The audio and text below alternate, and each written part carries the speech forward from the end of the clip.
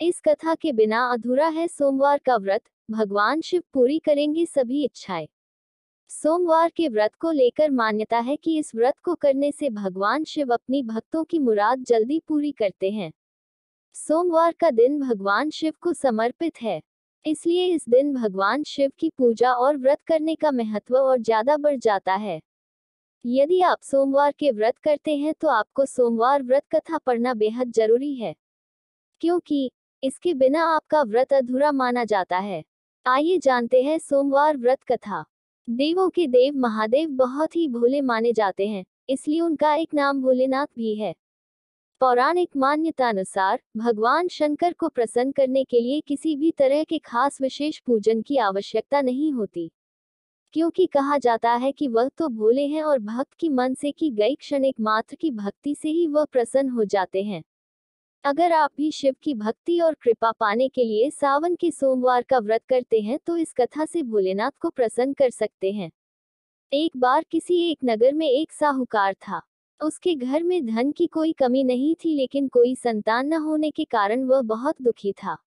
संतान प्राप्ति के लिए वह हर सोमवार को व्रत रखता था और पूरी श्रद्धा के साथ शिव मंदिर जाकर भगवान शिव और माता पार्वती की पूजा करता था।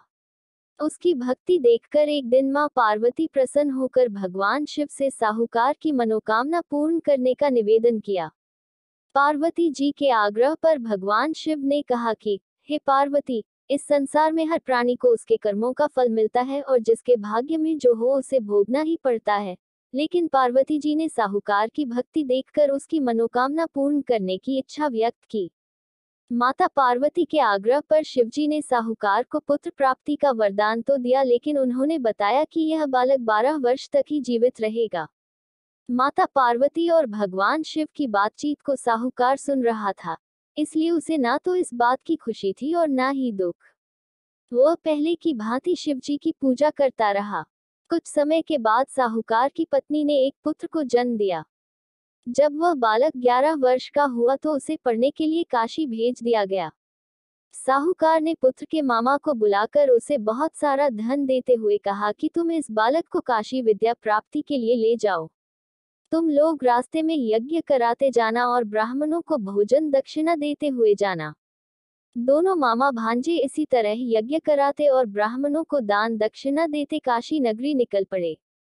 इस दौरान रात में एक नगर पड़ा जहां नगर के राजा की कन्या का विवाह था, लेकिन जिस राजकुमार से उसका विवाह होने वाला था वह एक आंख से काना था।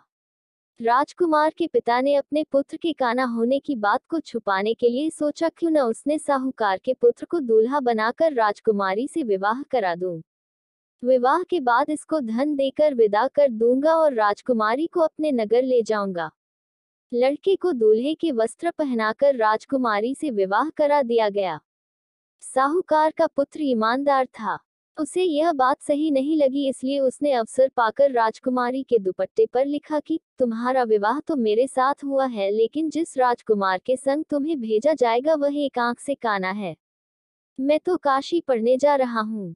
जब राजकुमारी ने चुन्नी पर लिखी बातें पढ़ी तो उसने अपने माता पिता को यह बात बताई। राजा ने अपनी पुत्री को विदा नहीं किया, फिर बारात वापस चली गई। दूसरी ओर साहूकार का लड़का और उसका मामा काशी पहुंचे और वहां जाकर उन्होंने यज्ञ किया। जिस दिन लड़का 12 साल का हुआ उस दिन भी यज्ञ का आयोजन था। लड़के ने अपने मामा से कहा कि मेरी तबीयत कुछ ठीक नहीं है। मामा ने कहा कि तुम अंदर जाकर आराम कर लो। शिवजी के वरदानुसार कुछ ही देर में उस बालक के प्राण निकल गए। मृत भांजे को देख उसके मामा ने विलाप करना शुरू किया। संयोगवश उसी समय शिवजी और माता पार्वती उधर से जा रहे थे। पार्वती माता ने भोलेनाथ से कहा, स्वामी, मुझे इसके रोने के स्वर सहन नहीं हो रहा, आप इस व्यक्ति के कष्ट को अवश्य दूर करें। जब शिवजी मृत बालक के समीप गए तो वह बोले कि यह उसी साहूकार का पुत्र है जिसे मैंने 12 वर्ष की आयु का वरदान दिया था। अब इसकी आयु पूरी हो चुकी है। लेकिन मातृ भाव से विभोर माता पार्वती ने कहा कि हे महादेव, आप इस बालक को और आयु देने की कृपा करें, अन्यथा इसके वियोग में इसके माता पिता भी तड़प तड़प कर मर जाएंगे। माता पार्वती के पुनः आग्रह पर भगवान शिव ने उस लड़के को जीवित होने का वरदान दिया। शिवजी की कृपा से वह लड़का जीवित हो गया। शिक्षा पूरी करके लड़का मामा के साथ अपने नगर की ओर वापस चल दिया। दोनों चलते हुए उसी नगर में पहुंचे जहां उसका विवाह हुआ था। उस नगर में भी उन्होंने यज्ञ का आयोजन किया। उस लड़के के ससुर ने उसे पहचान लिया और महल में ले जाकर उसकी खातिरदारी की और अपनी पुत्री को विदा किया। इधर साहूकार और उसकी पत्नी भूखे प्यासे रहकर बेटे की प्रतीक्षा कर रहे थे। उन्होंने प्रण कर रखा था कि यदि उन्हें अपने बेटे की मृत्यु का समाचार मिला तो वह भी प्राण त्याग देंगे, परंतु अपने बेटे के जीवित होने का समाचार पाकर वह बेहद प्रसन्न हुए। उसी रात भगवान शिव ने साहूकार के स्वप्न में आकर कहा, हे श्रेष्ठी, मैंने तेरे सोमवार के व्रत करने और व्रत कथा सुनने से प्रसन्न होकर तेरे पुत्र को लंबी आयु प्रदान की है। इसी प्रकार जो कोई सोमवार व्रत करता है या कथा सुनता और पढ़ता है उसके सभी दुख दूर होते हैं और सभी मनोकामनाएं पूर्ण होती हैं। सभी भक्तजन बोले ओम नमः शिवाय। Folded hands.